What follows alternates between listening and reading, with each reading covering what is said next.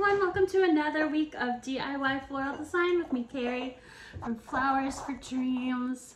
We've got some pretty yellows this week.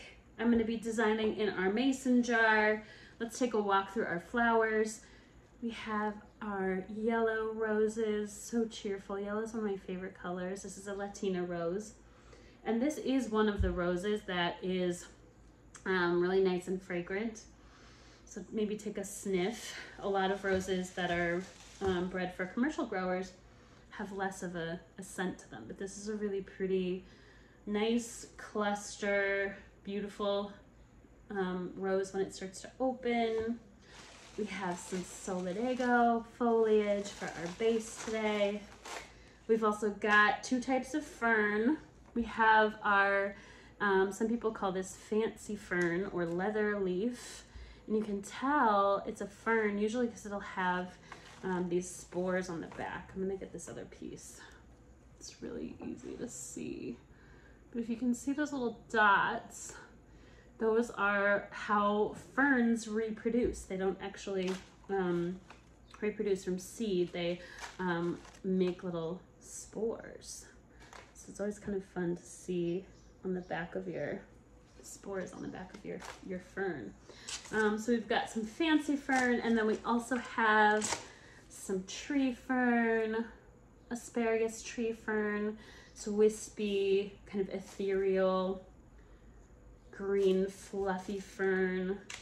We've got a lot of fluffy stuff. And our Solidago, my favorite filler. Actually, I shouldn't say favorite. It's too hard to pick favorites, to be honest, but I do love Solidago. I'm going to start by greening my vase. So I'll add my Solidago pieces because we're going to have a lot of greenery. I might go a little lighter on the Solidago. Usually I'll use all of the Solidago I have, all that's possible to use.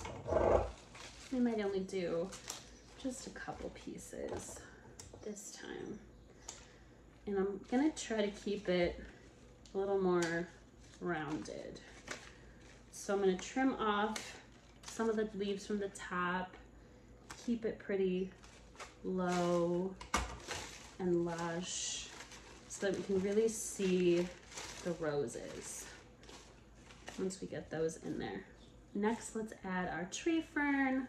If you have a piece of tree fern that's really tall, you can divide it, just snip along that center line. You can always cut off these lateral pieces to make them a little bit shorter. A little bit of tree fern does go a long way because it's so big and fluffy. So again, if you want to snip off to make it a little bit shorter, depending on the piece you have, you can follow the center line and then snip kind of right along the joint point.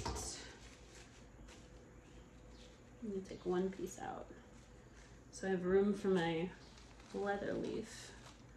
I don't know where it got that name, but they sometimes will come in bigger pieces, like this piece, or you may have a smaller piece.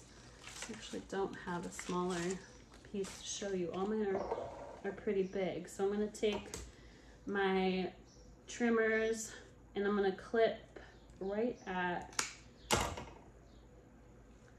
the base, because this is a pretty big leaf on its own. Just to kind of cut it down a little bit more. And then I think what I'll do is I'll strip off some of these lower leaves. So I have this really pretty ferny tip piece. And I'll accentuate this little shape that I made over here. Now you could add another piece down here. I'm feeling like I'm good on the foliage right now. So let's add our Solidago next.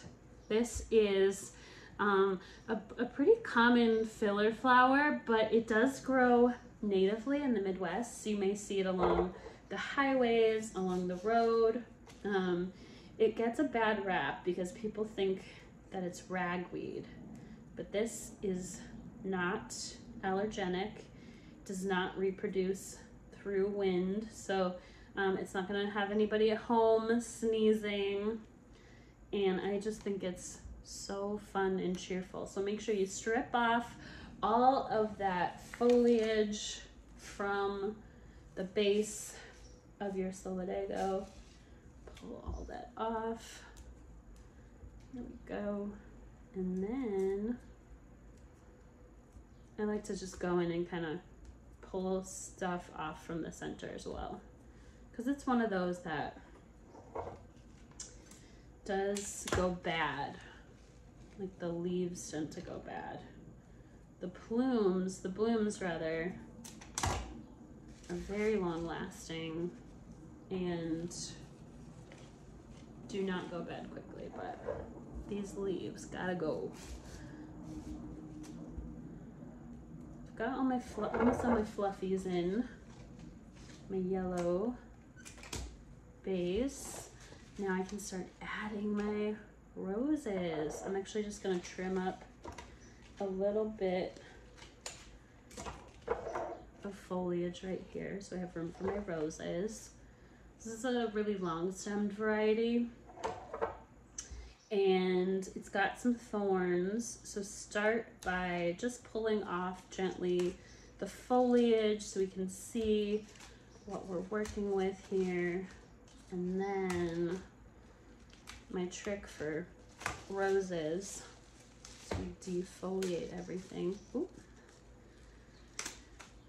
is to push on the side of the rose. We've got 8 of these roses, so it's going to take a minute to de-thorn them. But when you have these thorns, you can either clip it with your clippers, just nip that little thorn off, or you can press on the side of the thorn. So I want to show that again. The thorns, you don't want to press down and prick yourself, but push on the side with your finger and the thorn will pop right off. Sometimes I have trouble with this with certain varieties of roses, but it works for most roses. And then I want to show you how to reflex your roses. We haven't done that in a while. So as usual, go in and just check the outer part of your rose. This is a pretty sturdy rose that doesn't tend to get a lot of browning, but pull off the outer petals. And if your rose is starting to open like these ones, it's a little bit trickier to do this process with your really fresh young roses. You'll pop open the petal with your thumb. It's not gonna hurt the rose. You'll just kind of quickly like pop open that outer petal, and then you'll have this gorgeous shape that really opens up and changes the rose. You could do just a little bit, kind of make a little skirt. You could do the entire rose. I'm gonna pull that, show you that. Just blew that open just a little bit. And now it just looks like it's fully opened. And this one has, it kind of like tucks back into those little pin shapes. So that's how you reflex your roses, and you can create really big shapes. Let's compare the difference. See how much bigger that one got. I'm gonna open up the petals of these.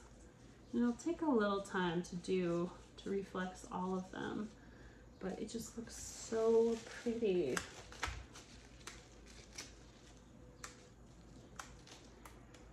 When you're done, maybe add a little on every side. You want to leave some room for these to open up, especially if they're more closed, but you can work your way around adding a rose to each side.